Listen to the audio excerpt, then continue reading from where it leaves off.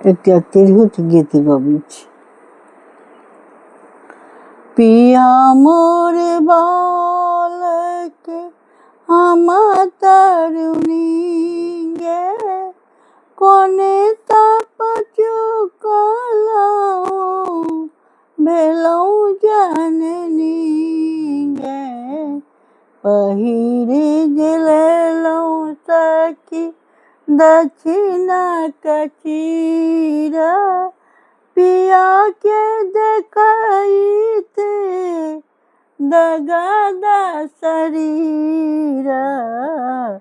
पिया मोरा बालक हम तरुणी गे, कोने तप चुकलहुँ भेलहुँ जननी गे। पिया के गोदी लय चलल बाजार, हटिया के लोक पूछे ई के तोर। पिया अति बालक हम तरुणी गे, कोने तप चुकलहुँ भेलहुँ जननी गे। नहीं मोरा देवर नहीं छोट भाई, पूर्व जन्म लिखल छल बालम मोर। पिया मोरा बाल हम तरुणी गे, कोने तप चुकलहुँ भेल जननी गे। ई तिरहुत गीत बाट में गायल जाइ छै। और पिया बालक गीत में छै, लेकिन हकीकत में से ताई दिन सुनै छलियै कनिकेटा लड़की के बियाह कऽ लै छलैया।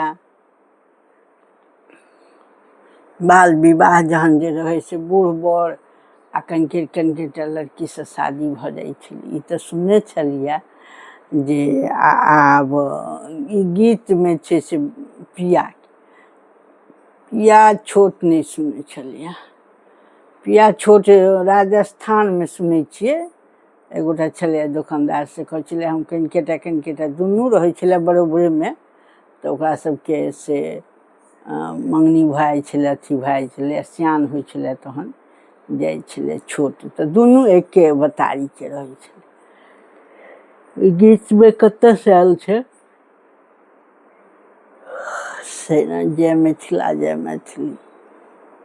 आर कनिया तऽ छोट सुनने छियै 3 साल के, 8 साल के, 5 साल के सुनने छियै जे एतनीटा में खरीद लेलखिन, एतनीटा में लऽ एलखिन बियाह कऽ कऽ। ई सब सुनने छियै हमसब, सच्ची घटना छै। आ राजस्थान में सुनै छियै जे पेटो में रहै छै तऽ तखनो मंगनी भऽ जाइ छै। ई बात राजस्थान के छै। छोटे छोटे के बियाह कऽ देलक दुनू बर कनिया के। ई से लेकिन ई गीत छै पिया मोरा, पिया बालक नहीं रहै छलै, कनिए बालक रहै छलै। गीत कतऽ से आयल छै से जय मिथिला जय मैथिली गाबि देलियै हम।